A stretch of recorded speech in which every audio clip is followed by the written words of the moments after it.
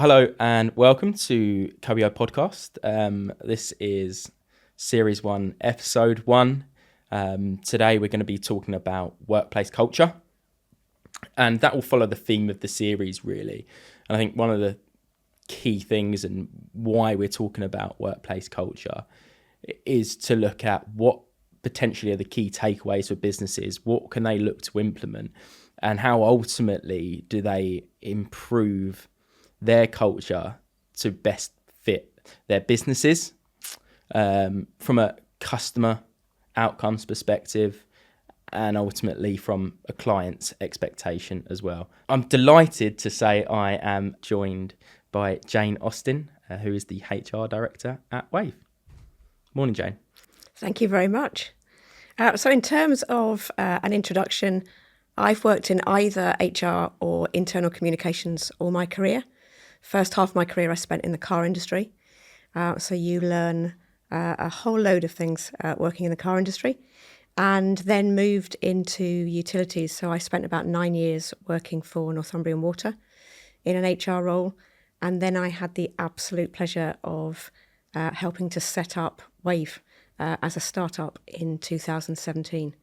And I've always had an interest in psychology, something you and I were talking about before. Yeah. So I've got an interest in psychology, in culture, and particularly in well-being and engagement. So I guess that's how our paths crossed. Should we start there then with psychology and sort of what you've learned in psychology, and where are the sort of crossroads, if you like, in terms of HR, and how do you utilise the knowledge from a psychological perspective in HR and what you do? Yeah, I mean, I did it as part of my degree. So I did a joint degree in sociology and psychology.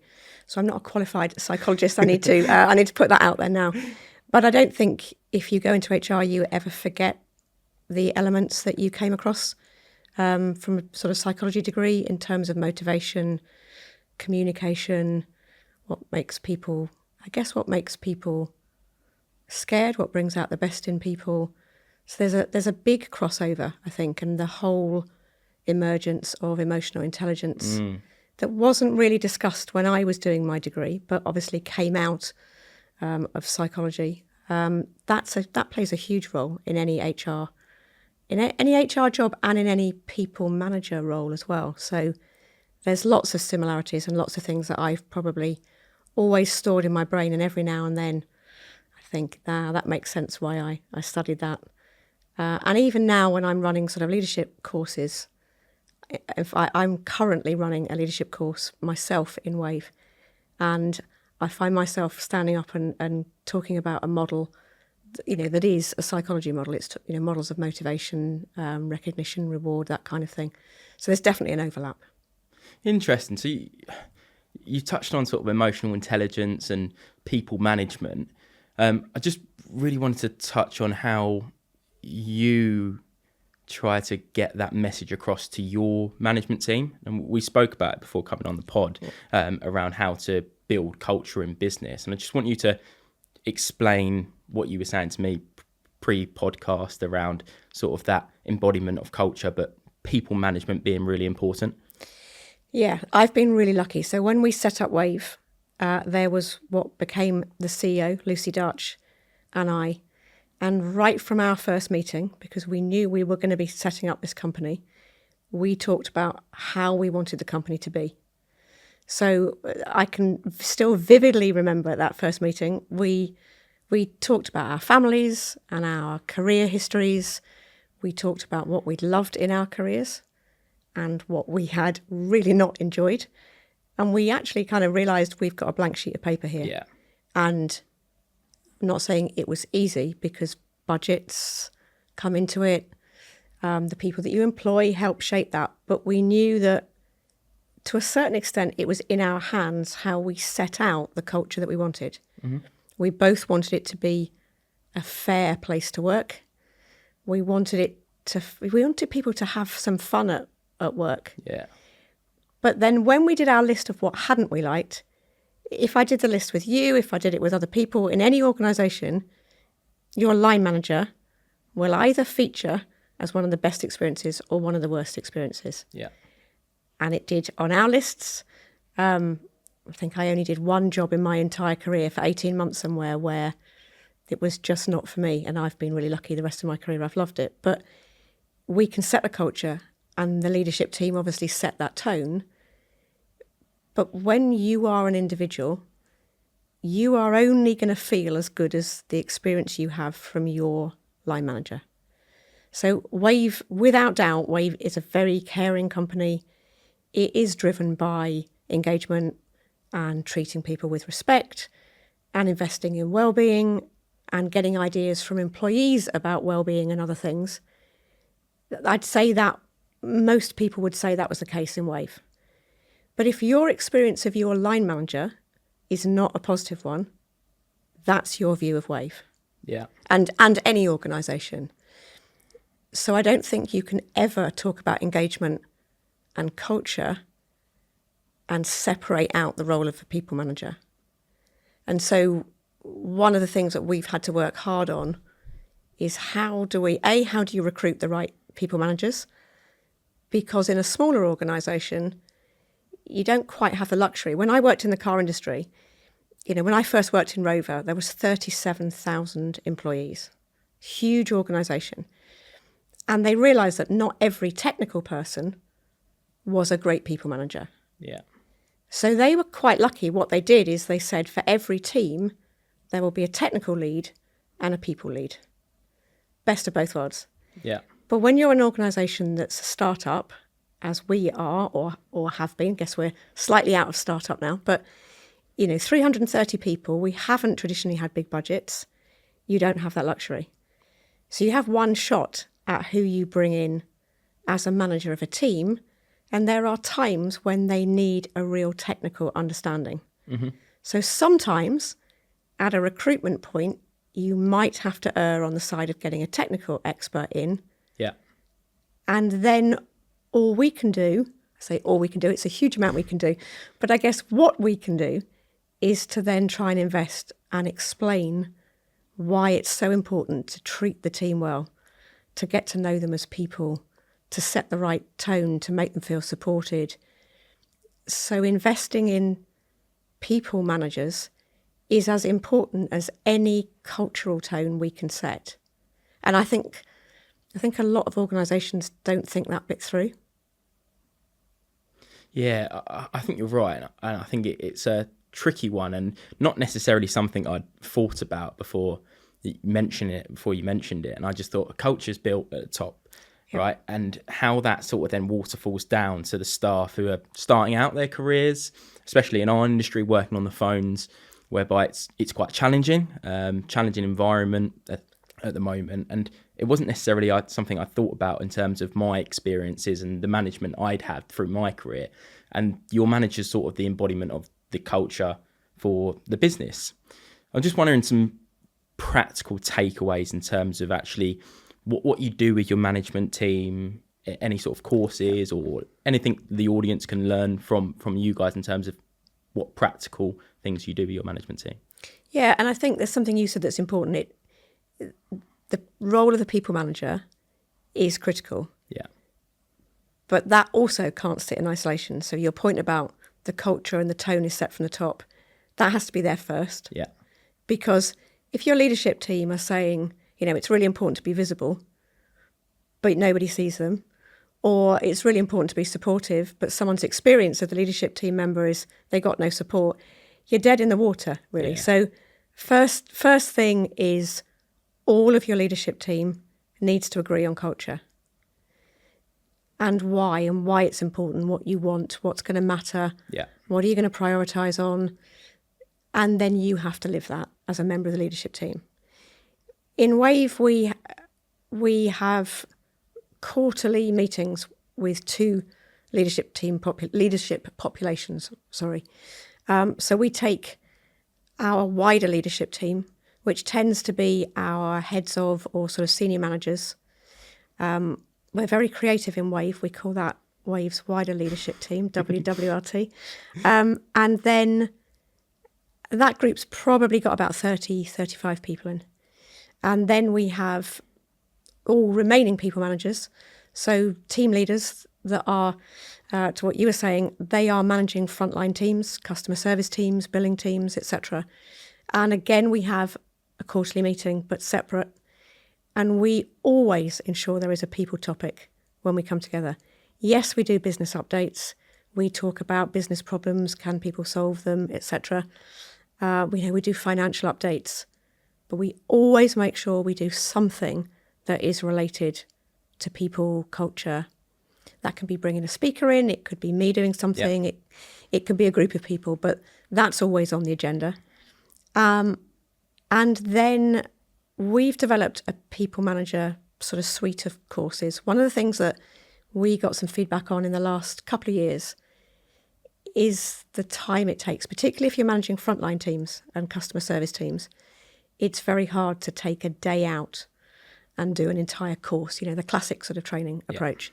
So what we've developed is an online suite of resources to help people managers so they can kind of self-lead themselves through that. Now, there are some obvious things in there because I think for every people manager to stand a chance, they do need the HR courses.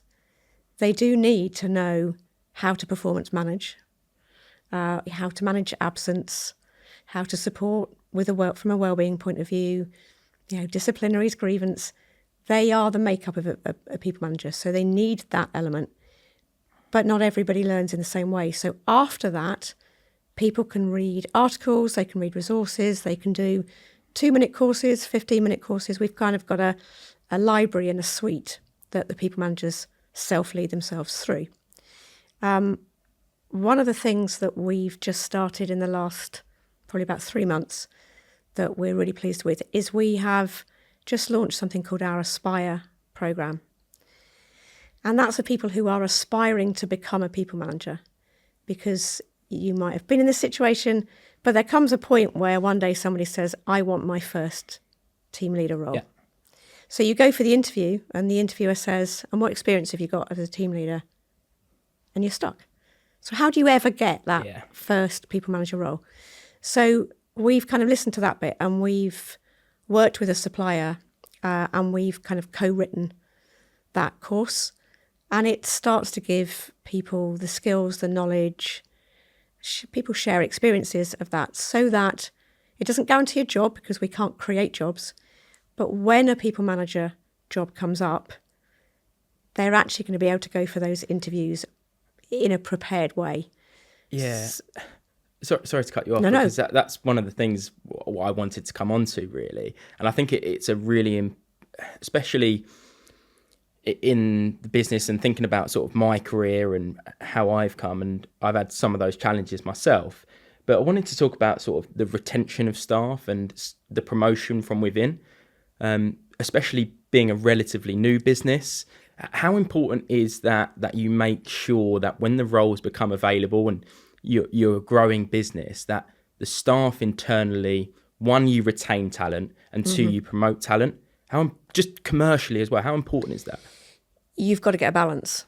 Yeah. And it is one of the things that we have on the scorecard. But we don't just look at overall employee turnover. We measure in particular regrettable loss. Yeah. Because at the end of the day, there are people you do not want to lose. So just looking at a turnover figure doesn't really tell you that much. And you're used to working in customer service, so that is always an area where retention is proportionately higher than it would be in other departments. So you've got to factor things like that in. But we do look at regrettable loss. It's hard. Certainly with the board, it was how do you choose what your target is. So I just sort of did some benchmarking, and we've set ourselves a target that our regrettable loss would be less than 10% every year. Yeah. We run significantly lower than that, but you do have to have some turnover as well. Yeah. That you have to accept that as a leadership team. You have to accept that.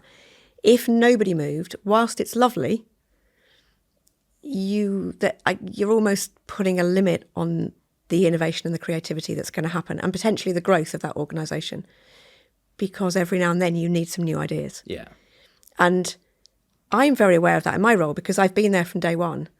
So I was there just before we started, but that's sort of 8 years. If I didn't constantly keep my eyes open for latest statistics, trends in HR, theories on well-being, engagement, if I wasn't externally looking across all sectors at that, there would be a huge danger that I'm just going to sort of keep repeating what I do in HR. You almost become complacent, don't you? Yeah, and you could literally stifle business growth. Yeah. So yes, you want loyalty. You don't want high turnover, but you need some turnover. Yeah. So you've got to it is about a balance. Yeah, that's interesting. And again, not necessarily something I'd thought about. But then thinking about some of the staff we've recently brought into coeo and thinking about what they've brought to the team, your levels just sort of step up, because I think it's also important to get, sometimes you can be so invested in a business and you can almost become sort of blinded, and you can't then look at the wider picture, right? And then when you get external people come in from different businesses, different backgrounds, they have a view of, because they're not so invested in the business, they can go, oh, well, we can change this, and we can look at this for the better. So I think that's an important point. Yeah, and when you're bringing people in from different companies and different sectors, when we face a business problem and we're going around in circles, somebody new will just look at it and say, have you not thought about, and you just think, good grief, no, we didn't even think of that. So you need those moments and you need those people. It's just about the balance, because yes, we want that, we need that. It's more than want, we need that. But it does feel like a family. I hate to say this because everybody out there will go, you don't want it like a family, families fight. But it has the nice parts of feeling like a family. And we don't want to lose that, because when you feel something for an organisation, you want it to work. So we've got to not lose that, but still challenge ourselves and bring in new ideas. And we have people that, people leave Wave. Yeah. Of course people leave Wave. We want people to go on and do other great things. But certainly from, I've got the luxury, I'm sitting in an HR role, so I know most people. A lot of people who have left, I stay in touch with. Yeah. So there is something about the ties, the bonds that you form in an organisation. And I think where that happens, you realise that you're getting something right. Yeah. Not everything. We do not get everything right. But you've got to accept new people in, and you've got to welcome new people in as well. Yeah, I suppose then, while we're on the topic of Wave and getting things right, do you want to just give us a quick background about some awards that you were up for recently? I know this is one of the topics that you wanted to champion today. It's because when I met you last week, I was still grinning, wasn't I? So yes, 2 weeks ago, we were down in London and we got a silver award at the National UK Employee Experience Awards. And we have entered those awards for many years for different categories. I like a challenge. And it took us 6 years to get gold in wellbeing. And we did finally get gold in wellbeing last year. And we got a gold award for our social value as well. And we sort of said, look, we've got there. We've got that recognition because we've done some amazing things in wellbeing. But we need to set our sights a bit higher now. So this year we entered for Best Company Culture. And those awards are hard because they are national awards where, you're up against big, sometimes global companies. We set our sights on bronze for culture this year, thinking that we will kind of work up over the years. The reason that we apply for those awards is because of the rigour in them. You do a written submission that's half your marks, and then you present to a live panel of judges. You wouldn't want a dead panel of judges, I realised as I said that. But you do a presentation to a panel of judges. They ask you questions. Whether you win an award or not, you get a complete feedback report. So that's why we've always liked going for them, because then we learn something and we can put that in place. Takeaways. So we went in for hoping for a bronze and came out with a silver. So I'm still grinning 2 weeks on, really. No, massive congratulations. And I think when we saw that, it was a perfect opportunity for us really to get you on as a guest to talk about the amazing things that you guys are doing at Wave. And I think at coeo we're very aligned culturally. One of the awards we had recently was Investors in People, a silver award for our apprenticeship schemes. So we spoke about it in terms of how vital people are to the business, and it's one of the big investments we make at coeo really, is trying to drive that forward. I was lucky enough to be involved in some interviews recently, and the talent that's available and the pool of people we have, we're very lucky, much like probably you guys are. I suppose from your perspective, being again a relatively new business, starting in 2017 and starting with a blank page in terms of culture, I just want to, if you can take me back to your experience in terms of, if there's people listening and going, how do we build a culture like Wave? Where they're not starting from a blank page and they've already got an existing culture, but maybe where they want to build upon that culture and look at that. In your experience, what are the sort of key messages? It's very different from an organisation that's already existing and changing culture than starting it. And they both have their pinch points. There are pros and cons for both of those situations, and I've probably been in both. Until I came to Wave, I'd only ever worked in large corporates. Mm-hmm. Rover, BMW, Land Rover, Northumbrian Water. They're huge organisations, and they were all unionised. So I'd never worked in a non-unionised organisation. And if you kind of read the rhetoric, HR and unions are at loggerheads. I didn't have that experience. I hadn't really had that experience in my career.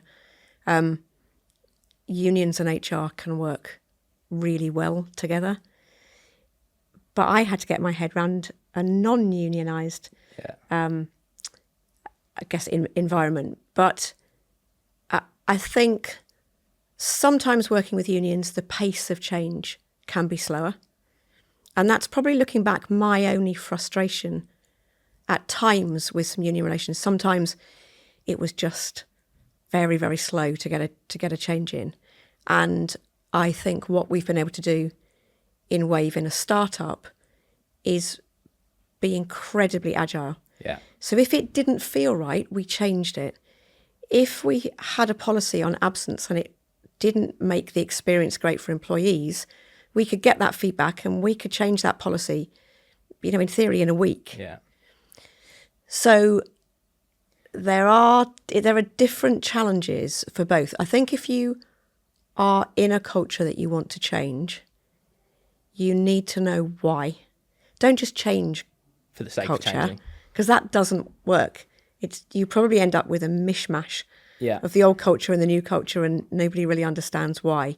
So I think you need to know, what are you aiming for? What do you want? But you do need to ask the people in that organisation. Now, in an organisation of 300 odd people, it's easier to ask. Yeah. So I accept that I'm giving advice here in an organisation with sub 500 employees. When you're in a large organisation, to gather that feedback outside of an employee survey, that's not so easy. You can't do it as quickly, and you maybe can't respond as quickly. But you do need to ask what people want. And a mutual acquaintance of ours that probably gave you the introduction to me, who isn't sitting too far away from us, used to work in Wave, so we've got a mutual acquaintance. And one of the things that she would remember is that we have a really active health, safety and wellbeing forum. Yeah. Now, when you hear the words health and safety and forum, you can immediately think, gosh, there's nothing worse. But that is not what it was like in Wave. And so we have employees from every directorate in the business, at all different levels, that sit on that forum. And when we began, so in terms of culture, we said we wanted to do a lot of work on mental health. We wanted to break down stigmas about mental health, menopause. We, from an HR point of view, we set the agenda initially. Mm-hmm. What happened over time is the people that were in that forum said, have you thought about doing X? Have you thought about doing Y? And one day that happens, it just happens. You just realise that the tables have turned and actually your employees are saying, look, it feels a great place to work, but we would like you to be, I don't know, running a campaign on cancer awareness, if we're talking wellbeing, or could you tackle a hard topic like addiction and you know then if you do that, you're giving back what people want. And that is kind of how culture emerges. Yeah, and that's a really important point. And I think there'll be people listening and probably asking the question is, how do you give your staff that voice?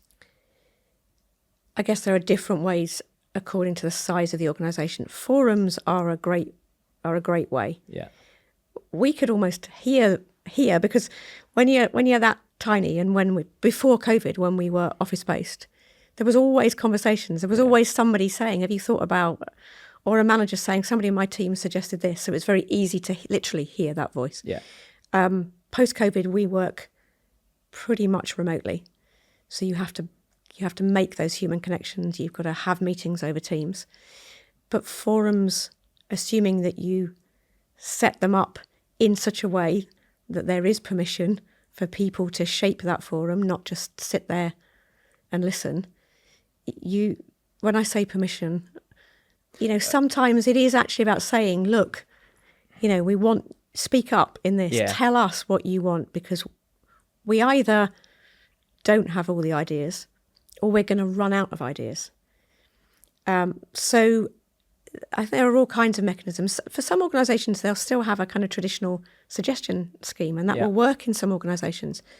Employee surveys are really important, but my experience until I got to Wave, I don't think I had an exception. It was one of those jobs that found me.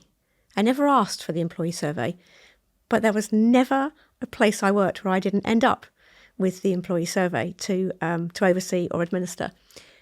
But my experience of filling one in, it was painful. It was 100 questions.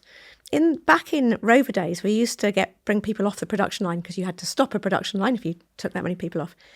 And we used to provide bacon sandwiches, and you'd be amazed what you could buy with a bacon sandwich. And they filled in their employee survey.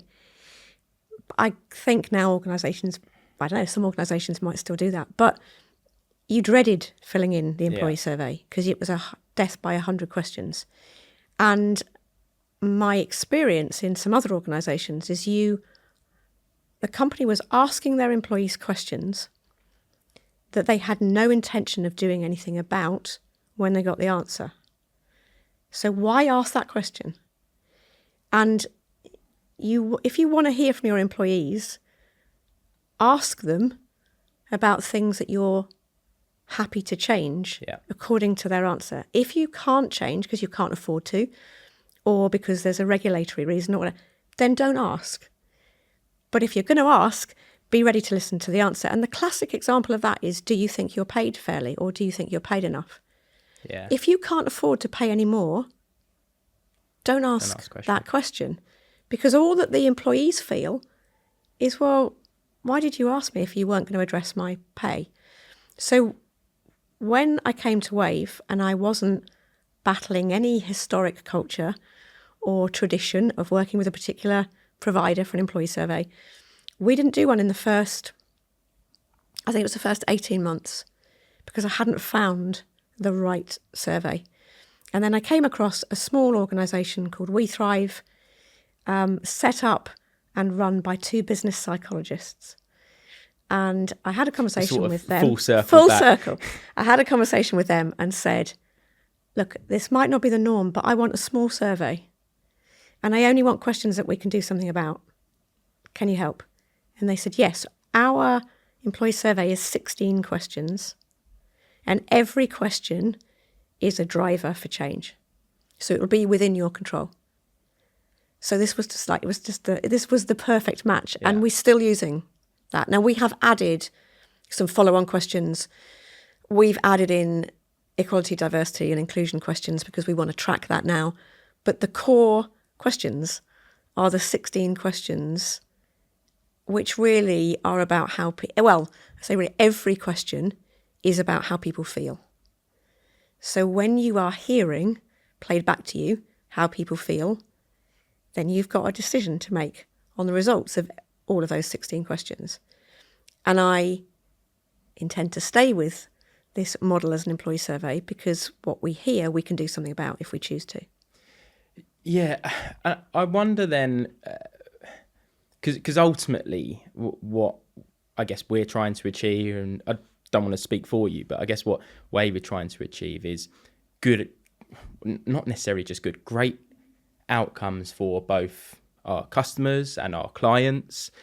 How does all of that, which you've just discussed in terms of giving people a voice, that retention, getting fresh ideas into the business, how does, if you could just sum that up in terms of how that leads to great customer outcomes, happy clients? Yeah. Do you want to just touch on that for a bit if you can? Yeah, I think there's probably two elements to that. One is, you said this yourself, customer service roles.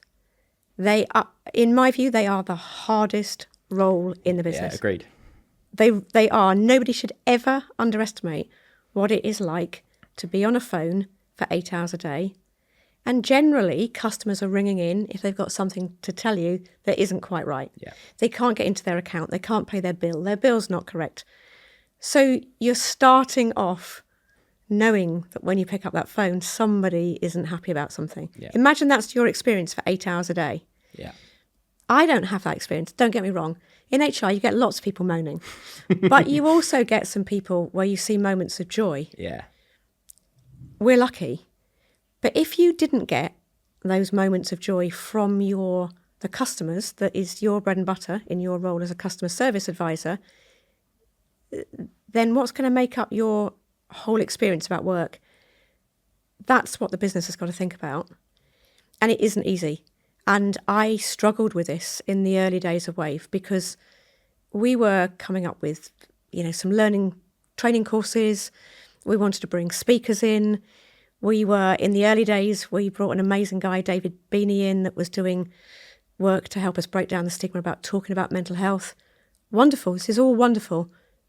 If you can leave the phone to hear the speakers and to go on the training course. And if you can't, it was almost had the potential to become a two-tier society. So you've got to work out a way that if you do create a good culture, it's going to be accessible to everybody. And I guess what I learned the hard way is it doesn't have to be accessible at the same moment in time always. It might be that you have to bring a speaker in at a different time for that group of people, or you might have to have a recorded session. In the early days, we couldn't really take people off the phones. We couldn't afford to take people off the phones because they were taking cash payments. And as a startup, it's all about cash flow. But what we got to a point financially where we said, we can afford to do this. So now if we bring in a wellbeing speaker, we do it over lunchtime and we take our phone lines down. So we take our phone lines down for an hour to allow every single employee to hear that wellbeing speaker. Yeah, it's funny you should say that because we're doing exactly the same on our end. As you're right, it's 8 hours a day of picking up the phone. How do you then integrate culture whereby they feel appreciated, they feel like they're listened to? And we do something really similar in terms of getting wellbeing coaches on board and giving talks about whatever the subject might be, right? And this is where we come back to making sure that the voices are heard in terms of the topics that are covered, whether that be addiction, whether that be gambling, whether that be whatever it may be. I think it's really important, and we certainly do that in terms of allowing our customer service agents time off the phone to really focus on that. And I suppose where I was going with the original question is, how does that make for great customer service? Well, it just means that they feel appreciated, they feel part of a business, and actually when they go back on the phone, they feel a little bit more refreshed to be able to have those hard calls that what we were talking about. I think you're right. And you talked there about being heard. It's almost the other way around, isn't it? They're having to listen to the customer all day and every day. Somebody has to listen to them. I don't know. I don't think, I'm not sure anybody gets that right, because it's such a hard, I actually had it with a different set of employees when I was in the car industry. So that group of a really difficult job, how do you make them heard, was production line operators. And I went and worked on the production line. And if you've met me and known how uncoordinated I am, it was an experience. At the end of the week, I think they were quite glad to get rid of me. But that experience of working on the production line, every 3 minutes, so the production line is moving. That was my first shock. Don't know what I thought. But it's moving. And every 3 minutes, the next car lands at your feet. Yeah. And you've got to repeat the job again. And you've got to get it done in less than 3 minutes, because the next one is going to appear. And after 2 hours of that, it's mind-blowing. Yeah. You don't really have the chance. After you get good at the repetitive task, but because of upskilling, you're going to, this day and age, you'll be doing more than one task. But after you get used to that, yes, you can probably talk to the person next to you on the line, but not for long. And where's the joy? Those moments in that day, where do they come from? So I guess now it's not the production line operators for me, it's the people on the phones. But just like you, we've moved to something called Digi Fridays. Yeah. So they're not every Friday. I think it's one Friday a month. But it's about, we give our customers notice that we will take the phone lines down, and we would encourage them to use other digital channels, web chat, email, etc. on that day. So we have some of our customer service advisors then will be staffing those channels. Others actually have some time. They might have some time to do learning or whatever it is. It is important about creating some of that space that people in other roles take for granted. Yeah, it's really interesting actually, because I'm just thinking about it in terms of the amount of time you spend at work. You get 2 days a week to yourself, and the rest of the time you're at work. So you're spending 70 to 80% of your life at work, right? How do you make that fun and enjoyable, and a place where you want to work, and a place where not that you just want to work, you feel motivated to work, you get a sense of belonging, you get a sense of joy from going to work. I think that's really important, because as I said, a lot of the time we are at work. What's your experience of just making people really have a great sense of community at work? I think it is different post-COVID. Mm-hmm. I mean, I look back to when we were in the office, and you did it in a different way, down to the most simple of things, that we decided to name our meeting rooms in both offices right from the beginning. And we had a Harry Potter theme in one, we had a Toy Story theme in the other. But even that kind of brought people together. Especially when you had your board meetings in the Ministry of Magic, there was always these moments where everybody, if they saw something to do with Harry Potter, they might bring their manager in a sticker, or there was even something like that can bind people together. I think it doesn't cost. These things don't cost. Yes, so I was going to follow up on that, right? Because there'll probably be some people watching going, do I need a huge budget? Do I need to get all these motivational speakers in, talks on whatever it may be? Do I need big gamification? Do I need all of this stuff? And we spoke about Wave, and again, being relatively new, you probably had quite a small budget from a HR perspective. So I just want to ask really how you manage that with a small budget. Yeah. No, you do not need a big budget. Yeah. And I think we've created more in terms of culture and joy on practically no money than I've ever seen in any organisation I worked with that had all the money. Mm. Because when you've got all the money, you just do what you always do. You don't stop. You're not creative. You don't think, how are we going to do this? You just do the same things. When you've got hardly any money, you've got to choose what you do. And in my first year, you talked about a motivational speaker.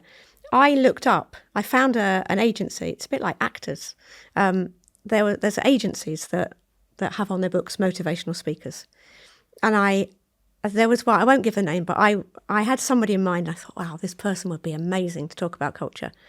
And I looked up the price, and I think it was 10,000 for a day. That was my year's budget, more than my year's budget for well-being and culture at the time. Well, that wasn't an option. So you literally have to go back to the drawing book and think, well, I can't have that then. Yeah. So what else can we do? Who else can we think of? What else can we do? I suppose you just have to get a little bit more creative. You do get a lot more creative.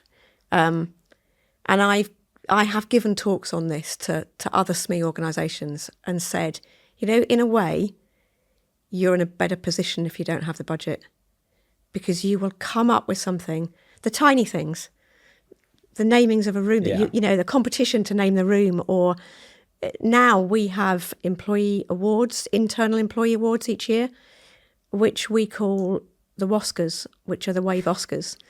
It doesn't cost. You might give a voucher if you have awards, you might do, but not necessarily. But you've got to find those ways if you haven't got a big budget for it.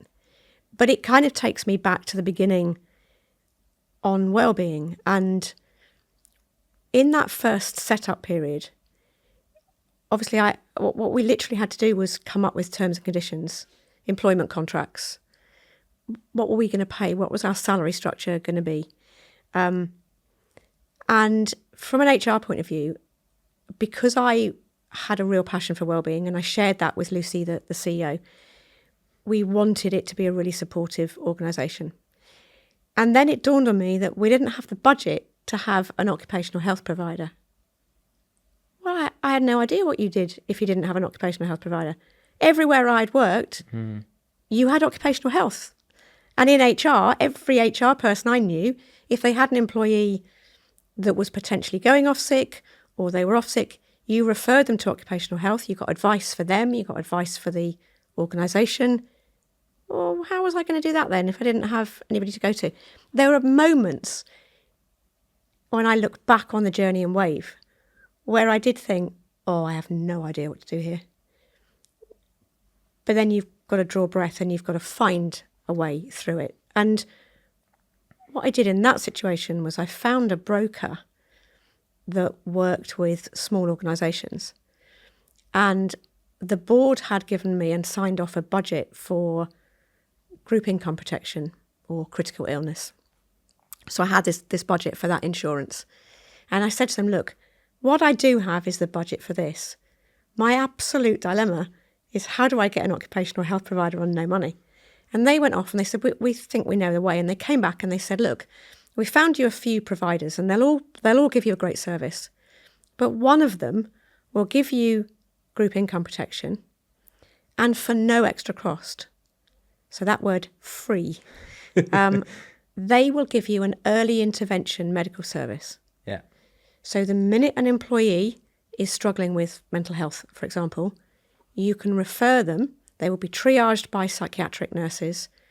And if necessary, there'll either be recommendations or there will be some counselling. Well, that was my answer. And we still use them. And actually, our attendance, it has been higher than I am used to. Our absence has been lower because we use that service as an early intervention. We don't wait for something to go wrong. It might do, don't get me wrong. Sometimes things happen and people go off sick that you didn't expect. But that's a free service as part of an insurance policy.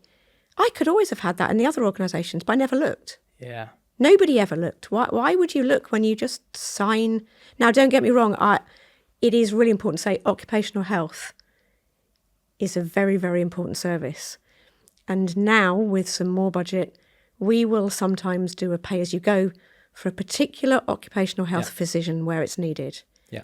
I am real advocate of occupational health. But what I learnt is there are steps before that where you don't need a budget for and you could still do right by your employees. And it's those moments of creativity that you find when you don't have the budget. Yeah. Listen, Jane, I could probably spend all day sitting here having this conversation with you. I found it really, really intriguing, really interesting. It's really great to have you on to talk about all your learnings and your career and everything that you guys are doing at Wave. But we are running out of time. Yep. If I could just sort of wrap up really and ask you for your final thoughts so I could get some sort of key takeaways for listeners. If you can tell me some of the mistakes potentially you've made that you think other businesses will look at and go, or you can see other businesses making those mistakes, what would they potentially be and how would you look to overcome those challenges? I think the first one is budget. Yeah. Don't think that money buys you culture. It doesn't. And don't think that the most costly solutions are going to solve your problems. They rarely do. Find the new ideas, or bring somebody else in to ask you questions that make you look for alternative answers that are the right for your culture. I think find that role that is the hardest role, be it production line role, be it a customer service role, and then work out how you're going to give them moments of joy. I think that's the very, very hardest thing I've probably had to work on. And don't beat yourself up if it takes some time. Yeah. So we couldn't get them access to those speakers in the early days because we couldn't financially afford to have them off the phones. But the day will come when you can. So just don't forget to look out for that day and then take your phone lines down to enable them to access things other people are. Set up, possibly through a union route, or if you're not unionised, set up forums, but forums where people want to go, where it's relaxed, where people have the permission to come up with the best ideas. And I think in an HR role or in a senior management role, don't be offended the day that the best idea wasn't yours. Yeah. So it kind of comes full circle, but one of the best ideas that we've ever had in Wave, I would love to have thought of. Somebody else thought of that one, and it was the Living Library. And so that was an employee who had seen that, I think it's Denmark, that at society level have this concept of a living library. And in our health, safety and wellbeing forum, one day they'd said, could we make this work in an organisation where employees sign up to be a living book of something they've lived through? And they write a bit about their story.